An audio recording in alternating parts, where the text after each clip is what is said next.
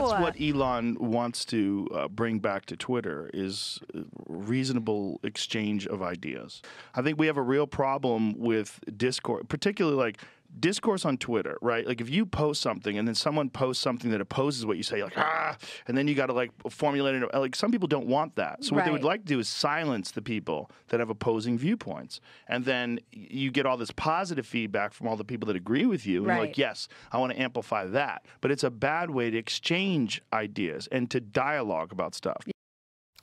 There you got Joe Rogan praising Elon Musk for wanting to bring back what he referred to as a reasonable exchange of ideas back to Twitter, as the billionaire reportedly orders massive company-wide layoffs, although it sounds like that may not be true, he tweeted. Joining us right now is Piers Morgan, host of Piers Morgan Uncensored on Fox Nation. Piers, good afternoon to you there in London. Good afternoon, Steve. I know you love Twitter. I just looked, you've got 8 million followers. You love the Arsenal is doing so well in the soccer world. Do you agree, though, that it would be a great thing for, as we just heard Joe Rogan say, a reasonable exchange of ideas to return? Because in the past, it's been a reasonable exchange of progressive ideas, and conservatives have felt like they were punished. Yeah, I mean, absolutely no doubt at all. Joe Rogan is spot on.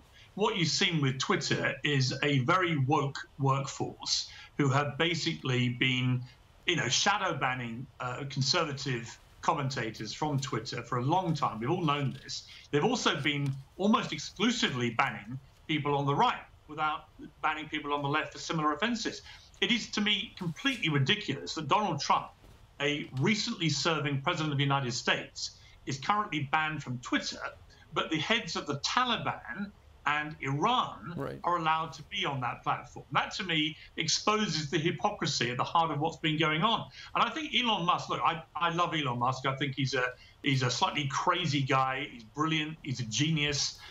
He's not perfect, but he lives on Twitter himself in real time, giving us his thoughts. And what I like about it, he did one the other day, just saying, comedy is going to be allowed again. It's legal again on Twitter. And I laughed out loud. And in fact, he liked my response. I did 3 laughing emojis, and I thought it was liked by Elon Musk. But there again, he's going to bring back comedy, the ability to have a laugh, to banter with people without fearing that you're going to get cancelled. And I really think this is long overdue. And the reaction from the left, I have to say, has been miserably predictable. It reminds me of when Donald Trump was made president, that they all said, right, we're all leaving the country. None of them left the country. And the same lot are all now saying, all chucking their rattles out of the stroller and saying, we're all going to leave Twitter. They're not going to leave Twitter because they love Twitter as much as I do. They're addicted to the damn thing. So I think what you're going to see is a lot of whining, a lot of throwing rattles around, and then it will all calm down, and we'll actually probably find Elon Musk restores Twitter to what it should have been, which is a fair, open platform for people of all persuasions and all views. And you shouldn't be living in an echo chamber where the only people you ever see replying to you are people that agree. But they like that. The people on the political left like that, and they didn't like the fact that conservatives had a point of view. That's what conservatives say. So going forward, suddenly people on the political right are seeing a whole bunch of Twitter followers either return or start to follow them. So it looks like maybe Elon Musk did open the floodgates. Well, it was very interesting about follower count. So over the last 6 months or so, I just noticed a gradual reduction in my Twitter follower count from just under 8 million down to about 7,950. And I was like, it's a bit weird. Why is my follower count going down? It's consistently gone up, month after month, year after year. And in the last 2 weeks, it's gone up back to where it started. Now, I don't know if that's pure coincidence or whether that's the Elon Musk factor already getting inside under the underbelly of Twitter and saying all this kind of weird stuff has to stop.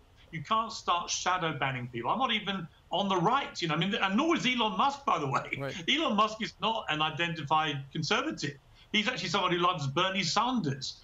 He wants an open platform, though, for everybody of all political sides to have an opinion. But I really think Joe Rogan has struck the nail on the head here when he says the problem is, and just as you said, Steve, people on the left don't like to have their opinions challenged. They have this utter self-righteousness that everything they say is sacrosanct and cannot be challenged. And until that changes, I think, A, they're going to get unelectable, they carry on, but B, it starts to kill democracy. Right.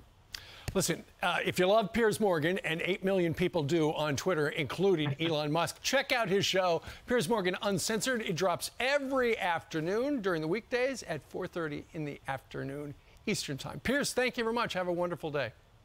Thanks, guys. You bet. I'm Steve Ducey. I'm Brian Kilmeade. And I'm Ainsley Earhart. And click here to subscribe to the Fox News YouTube page to catch our hottest interviews and most compelling analysis.